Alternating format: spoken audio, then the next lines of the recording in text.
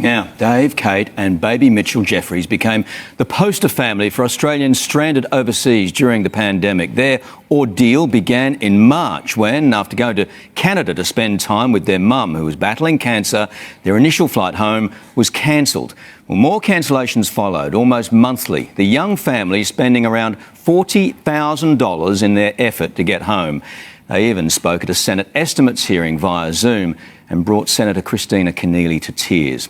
Well, after a long 9 months and a lot of hard work, it seems a Christmas miracle has them on home soil and in hotel quarantine in Perth. And we join them now. Dave and Kate Jeffries join me from that hotel room. Guys, welcome home. How does it feel to be back? Thank you so much, Chris. It is the best Christmas present we could have hoped for. You know, for the first time in 10 months, we have some certainty about when we are going to be able to walk through our front door and be home after 10 months.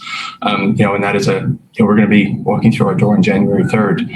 And that is a certainty that so many other Australians that are still stranded abroad still don't have. Yeah, exactly. Look, guys, I want to go back here a little bit through the history of this. But Kate, when you were back there in March and suddenly flights were closing, borders were shutting down, and you were looking at getting home, talk us through how difficult that was and what it was feeling like for you. It was very stressful emotionally, so much uncertainty. I think our flight home on December 18th was actually our 6th attempt to get home. We were constantly booking and being bumped or cancelled, and I think if we missed this flight on December 18, we were staring down the barrel of a $28,000 business class ticket to get home. So we're very thankful that we were able to get on that flight. And also very sad for those that are still stuck overseas and staring down the barrel of those same issues. Many of them in homeless shelters. Your ordeal really did become, as we said in the intro there, that you became the poster child really for the struggles that so many Australians were facing in their efforts to get home. But the thing that struck me, and I interviewed you a couple of times for 7 News, is how much anger, vitriol, hatred, abuse you were getting online for being over there in the first place.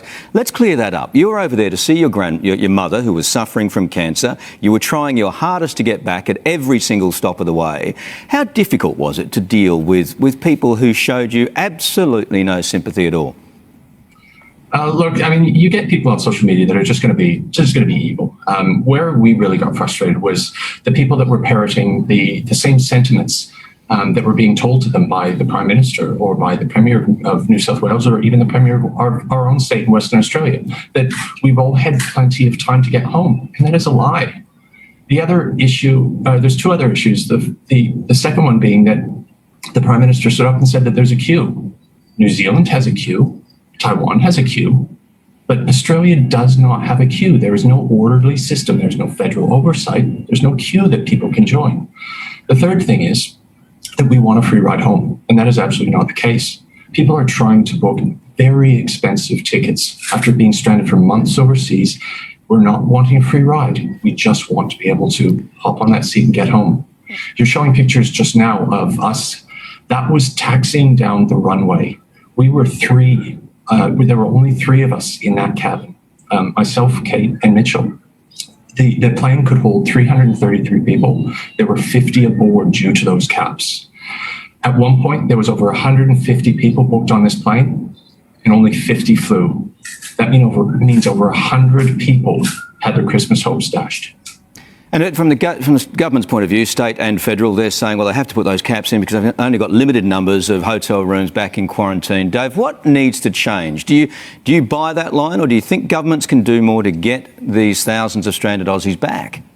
Look, we certainly understand that Australians that are overseas present a risk, and that there needs to be some quarantine and some safety measures brought into Australia. We're not arguing that at all.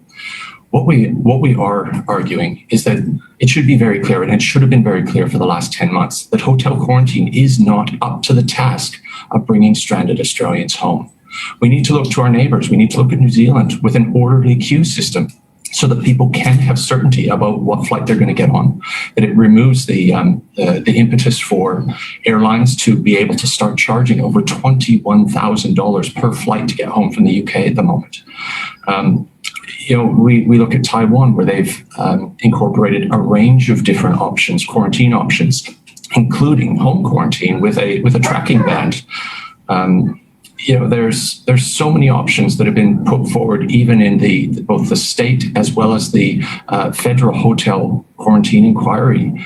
All of those options have just been left on the table and have just been completely ignored. Quick message then, guys, to the government and to those other stranded Australians. What would you say to both parties there?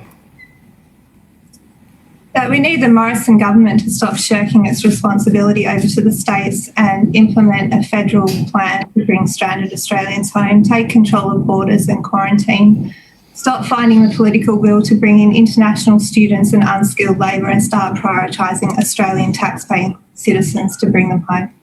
If I could just add two messages there. Firstly, to those that are stranded abroad, stay strong. We know what you're going through, and we hope you get home soon. And secondly, to the Australians out there, those that still adhere to the adage, no man left behind, stand up for your fellow citizens. They have every right to come home. Push your local representatives, push your local government to find ways to facilitate their return. All right, well, they're hearing you loud and clear this morning. David and Kate Jeffries, we appreciate your time this morning. Welcome home again. Merry Christmas to you. Thanks, guys. Here's Eddie. Thank you.